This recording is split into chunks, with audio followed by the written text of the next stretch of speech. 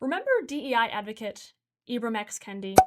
Yeah, well, his Boston University Anti-Racist Research Center, if you recall, closed after accusations of mismanaged funds surfaced. So he creates this institution that is supposed to root out racism in society. And that was his whole pitch, right? It was aggressive anti-racism. You can't just say, I'm not racist. You have to be an anti-racist, which means you have to positively discriminate against your fellow citizens. That was the remedy that he proposed, was discrimination in the opposite direction. Well, okay, this center gets exposed for mismanaging funds, and turns out a lot of people were getting a fat paycheck from it. And what were they doing to actually solve the root of all evil in society, as they call it? Not a whole lot. Apparently, the number of articles and research that they actually produced was quite minimal in the scope of how much was donated to that center. Again, and it's white liberals who feel guilty who are contributing. And it's like DEI, it came to really rear its ugly head during 2020, during the George Floyd era,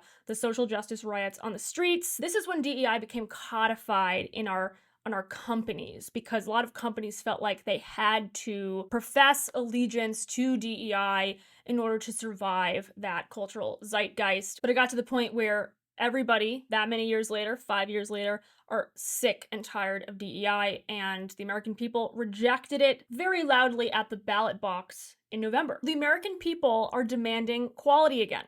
They're demanding that people be judged on the basis of what they bring to the table in skills, in talent, not in checking an identity politics box.